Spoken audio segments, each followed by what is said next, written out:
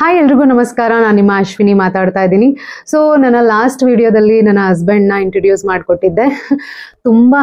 ತುಂಬ ಜನ ಒಂದು ಒಳ್ಳೆ ಮನಸ್ಸಿಂದ ಹಾರೈಸಿದ್ದೀರಾ. ನೀವು ತೋರಿಸಿರುವಂತಹ ಪ್ರೀತಿಗೆ ನಾವು ಯಾವತ್ತಿಗೂ ಚಿರಋಣಿ. 1,500 ಮೇಲೆ ಕಮೆಂಟ್ಸ್ ಬಂದಿತ್ತು. ಆಲ್ಮೋಸ್ಟ್ ಎಲ್ಲ ಕಮೆಂಟ್ಸ್ಗೂ ನಾನು ರಿಪ್ಲೈ ಮಾಡಿದ್ದೀನಿ. ಬಿಕಾಸ್ ನನ್ಗೆ ಅದೊಂದು ಅಭ್ಯಾಸ. ತುಂಬ ಜನ ಅಷ್ಟು ಪ್ರೀತಿಯಿಂದ ನೀವೆಲ್ಲರೂ ಕಮೆಂಟ್ ಮಾಡ್ತಾ ಇರ್ತೀರಾ. ನನ್ನ ಕಡೆಯಿಂದ ಒಂದು ರಿಪ್ಲೈ ಕೊಟ್ರೆ ಅದೊಂದು ನಿಮ್ಗೆ ಖುಷಿ ಇರುತ್ತೆ. ಸೊ ಹಾಗಾಗಿ ಇವನ್ ನಂಗೆ ಡಾರ್ಕ್ ಸರ್ಕಲ್ ಕಣ್ಣೆಲ್ಲ ಒಳಗಡೆ ಹೋಗ್ಬಿಟ್ಟಿದೆ ಕಮೆಂಟ್ಗೆ ಆನ್ಸರ್ ಮಾಡಿ ಮಾಡಿ ಮಾಡಿ. ಬಟ್ ನಂಗೇನು ಬೇಜಾರಿಲ್ಲ, ಖುಷಿ ಇದೆ. ಅಷ್ಟು ಒಳ್ಳೆ ಪ್ರೀತಿ ಕೊಡ್ತಾ ಇದ್ದೀರಾ, ಅದಕ್ಕೆ ನಾನು ಗ್ರೇಟ್ಫುಲ್ ಆಗಿರ್ಬೇಕು. ಹಾಗಾಗಿ ನಾನು ಆಲ್ಮೋಸ್ಟ್ ಎಲ್ರಿಗೂ ರಿಪ್ಲೈ ಮಾಡ್ತೀನಿ. ಸೊ ಯಾರಿಗೆಲ್ಲ ರಿಪ್ಲೈ ಮಾಡಿಲ್ಲ ಅವ್ರು ಯಾರು ಬೇಜಾರು ಮಾಡ್ಕೊಳ್ಬೇಡಿ. ಆದಷ್ಟು ನಾನು ರಿಪ್ಲೈ ಮಾಡೋ ಪ್ರಯತ್ನ ಮಾಡ್ತೀನಿ. ಅಂಡ್ ಕಮೆಂಟ್ಗಳಲ್ಲಿ ಸಾಕಷ್ಟು ಜನ ಒಂದಿಷ್ಟು ಕ್ವಶನ್ಸ್ ಕೇಳಿದೀರಾ.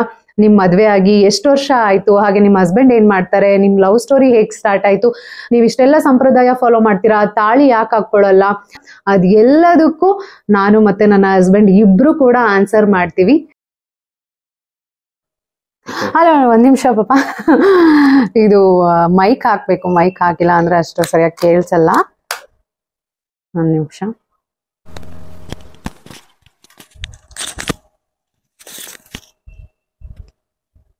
ಹಾಯ್, ಎಲ್ರಿಗೂ ನಮಸ್ಕಾರ. ನೀವೆಲ್ಲರೂ ತುಂಬಾ ಕ್ವಶನ್ಸ್ ಕೇಳಿದೀರಾ ನಮ್ಮಿಬ್ರ ಬಗ್ಗೆ. ಸೊ ಅವೆಲ್ಲ ಕ್ವಶನ್ಸ್ಗೂ ನಾವಿಬ್ರು ಇವತ್ತು ಆನ್ಸರ್ ಮಾಡ್ತೀವಿ. ಸೊ ಪಾಪ ಹಾಗಾದ್ರೆ ಕ್ವಶನ್ಸ್ ಏನ್ ಕೇಳಿದಾರೆ ಅದನ್ನ ಕಮೆಂಟ್ ಮಾಡಿದ್ದಾರೆ, ಅದನ್ನ ಮೊದ್ಲಿಗೆ ನೋಡೋಣ. ಸೊ ಒಬ್ರು ಕೇಳಿದ್ದಾರೆ, ನಿಮ್ ಮದ್ವೆ ಆಗಿ ಎಷ್ಟು ವರ್ಷ ಆಯ್ತು ಅಂತ. ಓಕೆ, ನಮ್ಮ ಮದ್ವೆದೆ ತುಂಬಾ ದೊಡ್ಡ ಸ್ಟೋರಿ ಇದೆ. 15 ವರ್ಷ ಅದೊಂದು ಪ್ರೀತಿ ಇದೆ ಅದರಲ್ಲಿ. ನೀವೆಲ್ಲರೂ ಶಾಕ್ ಆಗ್ತೀರಾ, ಯಾಕೆಂದ್ರೆ ನಿಜ ಹೇಳಿದ್ರೆ ರಿವೀಲ್ ಮಾಡಿದ್ರೆ ಗೊತ್ತಿಲ್ಲ ಏನೇನು ಕಮೆಂಟ್ ಮಾಡ್ತಿರೋ ನೀವೆಲ್ಲ ಅಂತ. ಬಟ್ ಓಕೆ, ಅದೊಂದು ಸಿಚುವೇಶನ್ ಇತ್ತು. ಆ ಸಿಚುವೇಶನ್ ಏನು ಅಂತ ನಿಮ್ಗೆ ಕೂಡ ಹೇಳ್ತೀವಿ ಕೂಡ ಅದನ್ನ. ಎಸ್, ನಮ್ಮ ಮದ್ವೆ ಆಗಿ 1 ಅಲ್ಲ 2 ಅಲ್ಲ 4 ವರ್ಷ ಆಗಿದೆ. It's almost 4 years. ಕಾರಣ ಇಷ್ಟೇ, ನಾವು ಮದ್ವೆ ಆಗ್ಬೇಕು ಅನ್ಕೊಂಡಾಗ ಲಾಕ್ಡೌನ್ ಇತ್ತು. ಸಾರಿ, ನಾವು ಮದ್ವೆ ಆಗ್ಬೇಕು ಅಂತ ನಮ್ ಡೇಟ್ ಫಿಕ್ಸ್ ಆದಾಗ ಕೋವಿಡ್ ಇತ್ತು. ಅದು ಅವಾಗ ಕೋವಿಡ್ ಟೈಮಲ್ಲಿ ಅದು ಹೇಗಾಗಿತ್ತು ಅಂದ್ರೆ ನಿಮ್ಮೆಲ್ರಿಗೂ ಗೊತ್ತು. ಇಷ್ಟೇ ಜನ ಸೇರ್ಬೇಕು, ಇಷ್ಟು ಜನದ ಮೇಲೆ ಸೇರ್ಬಾರ್ದು ಅನ್ನೋದು ಒಂದು ರೂಲ್ಸ್ ಇತ್ತು, ಗವರ್ಮೆಂಟ್ ರೂಲ್ಸ್ ಇತ್ತು ಅದು. ಸೊ ಹಾಗಾಗಿ ನಾವೆಲ್ಲೂ ಕೂಡ ಮದ್ವೆ ಆಗೋದಕ್ಕೆ ನಮಗೂ ತುಂಬಾ ಆಸೆ ಇತ್ತು. ನಾವು ಬ್ಯಾಂಗ್ಳೂರ್ ಆಕ್ಚುಲಿ ನಮ್ಗೆ ಯಾರೇ ಒಬ್ಬ ಹೆಣ್ಮಕ್ಳಿಗಾಗ್ಲಿ ಗಂಡ್ಮಕ್ಳಿಗೆಲ್ಲ ಗೊತ್ತಿಲ್ಲ ಗ್ರ್ಯಾಂಡ್ ಆಗಿ ಆಗ್ಬೇಕು ಮದ್ವೆ ಅಂತೆಲ್ಲ ಅಂತ. ಬಟ್ ಹೆಣ್ಮಕ್ಳಿಗಿರುತ್ತೆ, ಈ ತರನೇ ಒಂದು ಫೋಟೋ ಶೂಟ್ ಮಾಡಿಸ್ಬೇಕು, ಈ ತರನೇ ಮದ್ವೆ ಆಗ್ಬೇಕು, ಗ್ರ್ಯಾಂಡ್ ಆಗಿ ಆಗ್ಬೇಕು, ಪ್ರತಿಯೊಂದು ಸಂಗೀತ ಇರ್ಬೇಕು, ಮೆಹಂದಿ ಇರ್ಬೇಕು, ಅದಿರ್ಬೇಕು ಇದಿರ್ಬೇಕು ಅಂತ ಎಲ್ರಿಗೂ ಇರುತ್ತೆ. ಹಾಗೆ ನನಗೂ ಕೂಡ ಆಸೆ ಇತ್ತು. ಆದ್ರೆ ನಾವಿಬ್ರು ಲವ್ ಮಾಡ್ದಾಗ್ಲೇ ಒಂದು ಡಿಸೈಡ್ ಮಾಡ್ಕೊಂಡ್ಬಿಟ್ಟಿದ್ವಿ, ಇಲ್ಲ ನಾವಿಬ್ರು ಮದ್ವೆ ಆದ್ರೆ ನಾವೇನು ದುಡ್ದಿರ್ತೀವೋ ನಮ್ಮ ಸ್ವಂತ ಖರ್ಚಲ್ಲೇ ನಾವು ಮದ್ವೆ ಆಗ್ಬೇಕು ಅಂತ. ಸೊ ಅದೊಂದಿತ್ತು. ಹಾಗಾಗಿ ನಾವು ಥಿಂಕ್ ಮಾಡಿದ್ದು, ನಮ್ಮ ಸ್ವಂತ ಖರ್ಚಲ್ಲಿ ನಾವು ಮದ್ವೆ ಆಗ್ತೀವಿ ಅಂದ್ರೆ ತುಂಬಾ ಗ್ರ್ಯಾಂಡ್ ಆಗಿ ಆಗೋಕ್ಕಾಗಲ್ಲ. ಅದಕ್ಕೆ ಏನಿಲ್ಲ ಅಂದ್ರೂ 15-20 ಲಕ್ಷ ಆಗ 2020 ಅಂತಂದ್ರೆ. ಸೊ ಇವಾಗ ಇನ್ನ ಜಾಸ್ತಿ ಬೇಕು ಬಿಡಿ. ಬಟ್ ಆಗ ಲೆಕ್ಕ ಹಾಕಕ್ ಹೋದ್ರು ಕಡಿಮೆ, ಓಕೆ ಒಂದು ಆವರೇಜ್ ರೇಂಜಿಗೆ ನಾವು ಮದ್ವೆ ಆಗ್ತೀವಿ ಅಂತ ಅಂದ್ರೂ ಗ್ರ್ಯಾಂಡ್ ಆಗಿ 15-20 ಲಕ್ಷ ಬೇಕಾಗಿತ್ತು. ಬಟ್ ನಾವಿಬ್ರು ಕುತ್ಕೊಂಡು ಯೋಚನೆ ಮಾಡಿದ್ವಿ.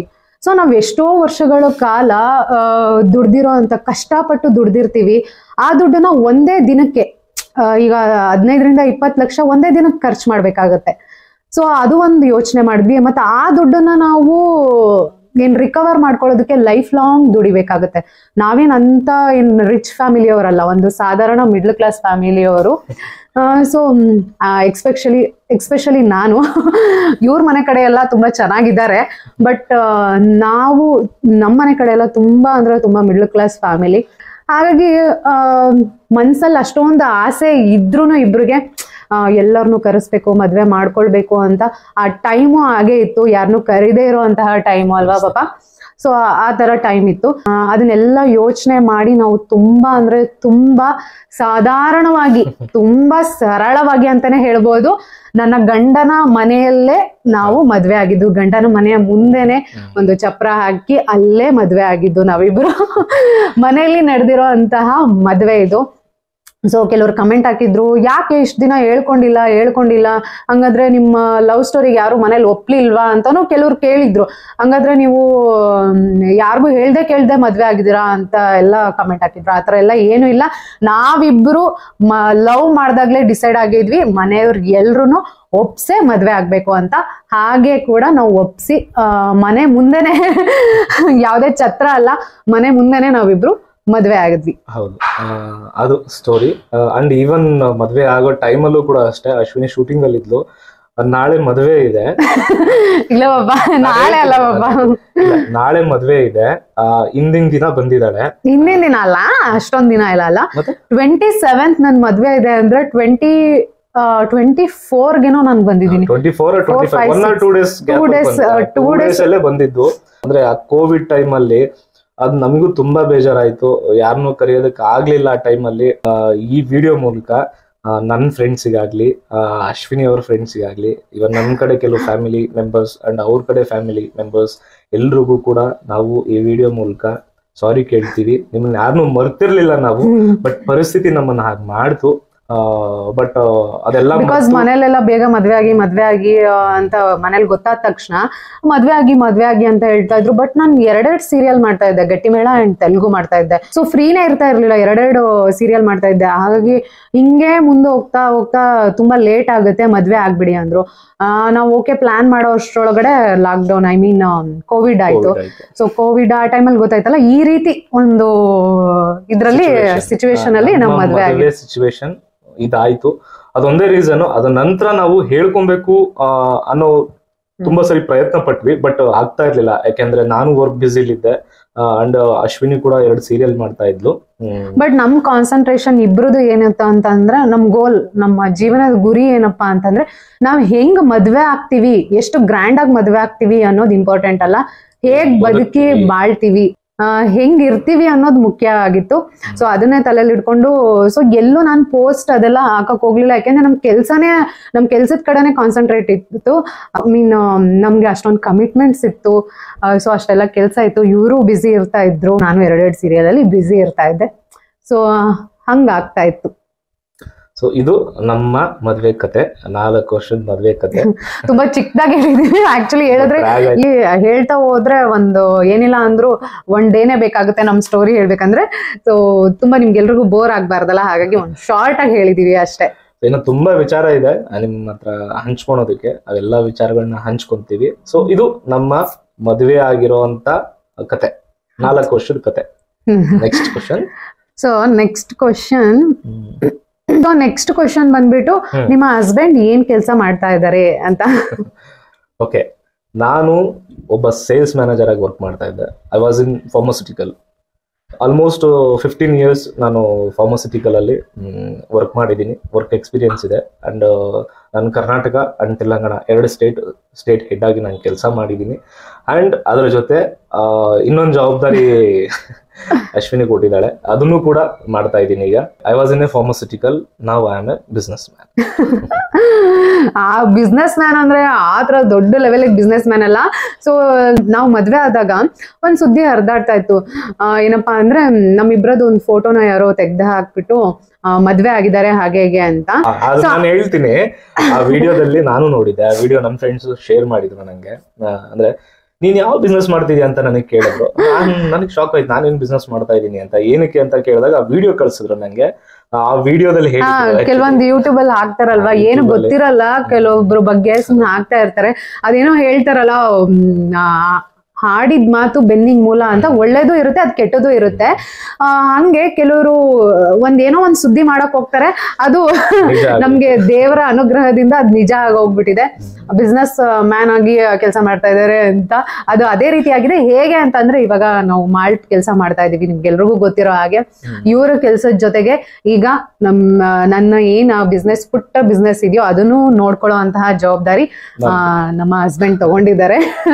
ಅದನ್ನು ಕೂಡ ನೋಡ್ಕೊಂತಾ ಇದ್ದೀನಿ. ಸೊ ಇದು ನಾನು ಏನ್ ಕೆಲಸ ಮಾಡ್ತಾ ಇದ್ದೀನಿ ಅನ್ನೋದಕ್ಕೆ. ಸೊ ನನಗೆ ತುಂಬಾ ಸಪೋರ್ಟಿವ್ ಆಗಿದ್ದಾರೆ. ಬಿಕಾಸ್ ಮಾಲ್ಟ್ ಕಳಿಸ್ಕೊಡೋದಾಗಿರ್ಬೋದು, ಯಾರಿಗೆಲ್ಲ ರೀಚ್ ಆಗಿದೆ, ರೀಚ್ ಆಗಿಲ್ಲ ಅದನ್ನೆಲ್ಲ ನೋಡ್ಕೊಳ್ಳೋದಾಗಿರ್ಬೋದು, ಪ್ರತಿ ಒಂದು ಮಾಲ್ಟ್ ಜವಾಬ್ದಾರಿ ನನ್ನ ಜೊತೆಗೆ ಇವರು ತಗೊಂಡಿದ್ದಾರೆ. ಹಾಗಾಗಿ ನನಗೆ ಎಲ್ರಿಗೂ ಕಳಿಸ್ಕೊಡೋಕೆ ಸಾಧ್ಯ ಆಗಿರೋದು. ಸೊ ನನ್ನ ಒಂದು ಪುಟ್ಟ ಬಿಸ್ನೆಸ್ಗೆ ಸಪೋರ್ಟಿವ್ ಆಗಿ ನಿಂತಿದ್ದಾರೆ ನನ್ನ ಹಸ್ಬೆಂಡ್ ಅಂತಾನೆ ಹೇಳ್ಬೋದು. ಅಂಡ್ ನೆಕ್ಸ್ಟ್ ಕ್ವಶನ್ ಹೋಗೋಣ. ಸೊ ಪ್ರತಿಯೊಂದು ಕ್ವಶನ್ ತುಂಬಾ ಲೆಂತಿಯಾಗಿ ಹೇಳ್ತಾ ಇದೀವಿ, ಯಾಕೆಂದ್ರೆ ತುಂಬಾ ದೊಡ್ಡ ದೊಡ್ಡ ಸ್ಟೋರಿ ಇದೆ, ಆದ್ರೂ ಅದನ್ನ ತುಂಬಾ ಶಾರ್ಟ್ ಆಗಿ ಹೇಳೋ ಪ್ರಯತ್ನ ಮಾಡ್ತಾ ಇದೀವಿ. ನೆಕ್ಸ್ಟ್ ಕ್ವಶನ್ ಬಂದ್ಬಿಟ್ಟು ಕಮೆಂಟ್ ಬಂದು ನಿಮ್ದು ಯಾವ ಊರು ಅಂತ. ಈವನ್ ನಂದು ಯಾವ ಊರು ಅಂತ ಗೊತ್ತೇ ಇರುತ್ತೆ. ಯಾವ್ದು ಅಂತ ಕೇಳಿದ್ದಾರೆ. ನನ್ನೂರು ಕೂಡ Davanagere. We both are from Davanagere. 15 ವರ್ಷ ಲವ್ ಸ್ಟೋರಿ ಇರೋದು ನಮ್ಮ ಪ್ರೀತಿಯ ದಾವಣಗೆರೆಯಲ್ಲೇ. ಆ ಲವ್ ಸ್ಟೋರಿನ ನಿಮ್ಮ ಹತ್ರ ಒಂದಿನ ಖಂಡಿತ ಹೇಳ್ತೀವಿ, ದಾವಣಗೆರೆ ಲವ್ ಸ್ಟೋರಿನ. ಸೊ ದಾವಣಗೆರೆ. Next question. ಒಂದ್ ನಿಮಿಷ, ಎಲ್ಲ ಅಜಯ್ಗೆ ಕ್ವಶನ್ ಕೇಳಿಲ್ಲ, ಅಶ್ವಿನಿಗೂ ತುಂಬಾ ಕ್ವಶನ್ಸ್ ಕೇಳಿದ್ದಾರೆ. ಸೊ ಎಲ್ರಿಗೂ ಒಂದು ಕಾಮನ್ ಕ್ವಶನ್ ಇದೆ, ಅದು ಬಿಗ್ಗೆಸ್ಟ್ ಕ್ವಶನ್. ಸೊ ನಿನಗೆ ಕೇಳಿರೋಂತ ಅತಿ ಮುಖ್ಯ ಕ್ವಶನ್ ಅಂದ್ರೆ, ಪ್ರತಿಯೊಬ್ರು ತಾಳಿ ಹಾಕೊಂತಾರೆ ಮದುವೆ ಆದ್ಮೇಲೆ, ನೀವ್ ಯಾಕೆ ತಾಳಿ ಹಾಕೊಂಡಿಲ್ಲ ಅಂತ ಕ್ವಶನ್ ಕೇಳಿದ್ದಾರೆ. ನಿಮಗೆ ಆನ್ಸರ್ ಏನು? ಸೊ ಈ ಕ್ವಶನ್ಗೆ ಖಂಡಿತವಾಗ್ಲೂ ನಾನು ಆನೆಸ್ಟ್ ಆಗಿ ಆನ್ಸರ್ ಮಾಡ್ತೀನಿ. 2020 ನವೆಂಬರ್ 27 ನಮ್ಮ ಇಬ್ರು ಮದ್ವೆ ಆದ ದಿನ. ಸೊ ನಾವು ಮದ್ವೆ ಆಗಿ 1 ವಾರಕ್ಕೆ ನಾನು ಹೈದರಾಬಾದ್ ಶೂಟ್ಗೆ ಹೋಗ್ಬೇಕಾಯ್ತು. ಮದ್ವೆ ಆಗಿ 1 ವಾರಕ್ಕೆ ನಾನು ತಾಳಿ ತೆಗ್ದಿಟ್ಟು ಹೋಗುವಂತ ಸಿಚುವೇಶನ್. ನೀವ್ ಅನ್ಬೋದು ಅಲ್ಲಿ ಹಾಕೊಳ್ಬಹುದು, ಶೂಟ್ ಮುಗಿದ ತಕ್ಷಣ ಹಾಕೊಳ್ಬಹುದು, ತೆಗಿಬಹುದು. ಖಂಡಿತ ಆತರ ಎಲ್ಲ ಮ್ಯಾನೇಜ್ ಮಾಡಕ್ ಆಗಲ್ಲ.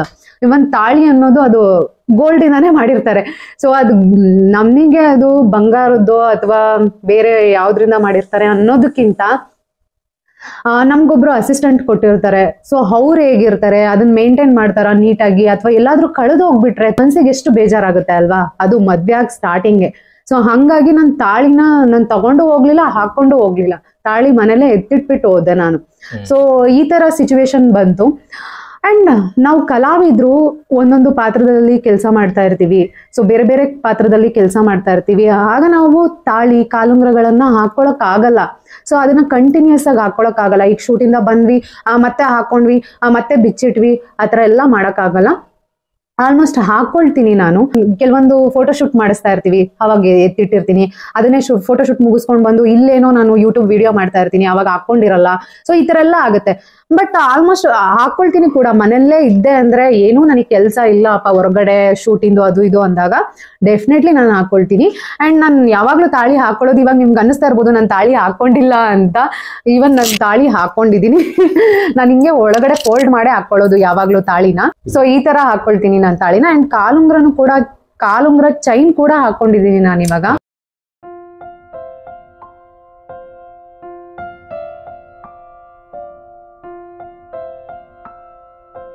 ಸೊ ಈ ತರ ಫ್ರೀ ಇದ್ರೆ, ಏನೂ ಶೂಟ್ ಇಲ್ಲ ಅಂದ್ರೆ ಖಂಡಿತವಾಗ್ಲೂ ನಾನು ಹಾಕೊಳ್ತೀನಿ. ಸೊ ಇಷ್ಟೆಲ್ಲ ಪೂಜೆ ಸಂಪ್ರದಾಯ ನಾನು ಫಾಲೋ ಮಾಡ್ತೀನಿ ಅಂದ್ರೆ ಇದನ್ನ ಫಾಲೋ ಮಾಡ್ದಲೇ ಇರ್ತೀನ.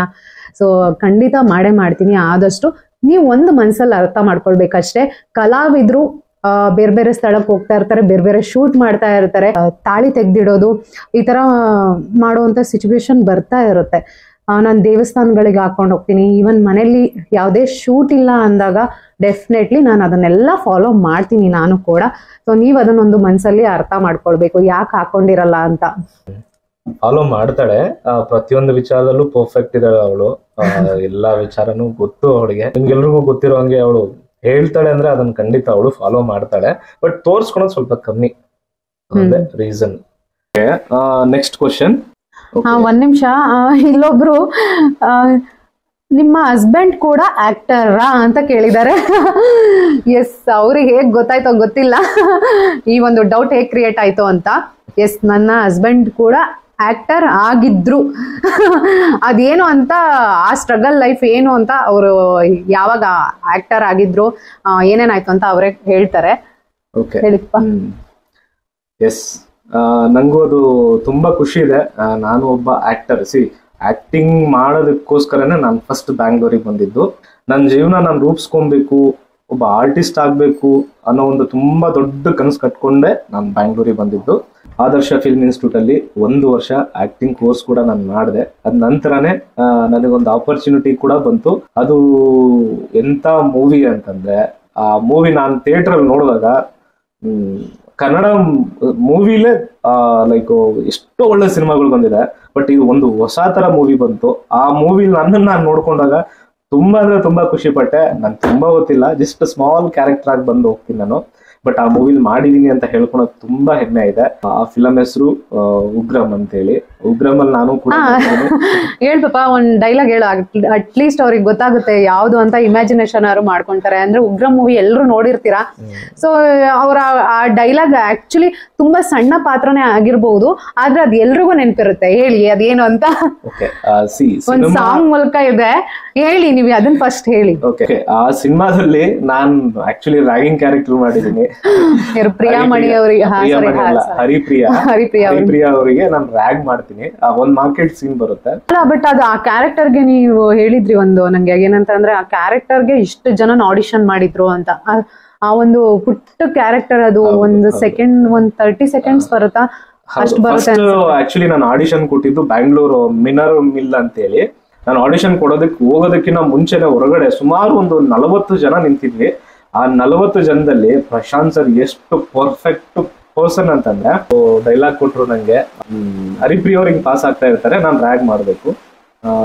ಹಾಡು ಬಂದು ಎರಡು ಜಡೆಯನ್ನು ಎಳೆದು ಕೇಳುವೆನು ನೀ ಸ್ವಲ್ಪ ನಿಲ್ಲಬಾರದೆ ಅಂತ ಸಾಂಗ್ ಹೇಳ್ತೀನಿ. ಅಷ್ಟರಲ್ಲಿ ಮುರಳಿ ಸರ್ ಬರ್ತಾರೆ.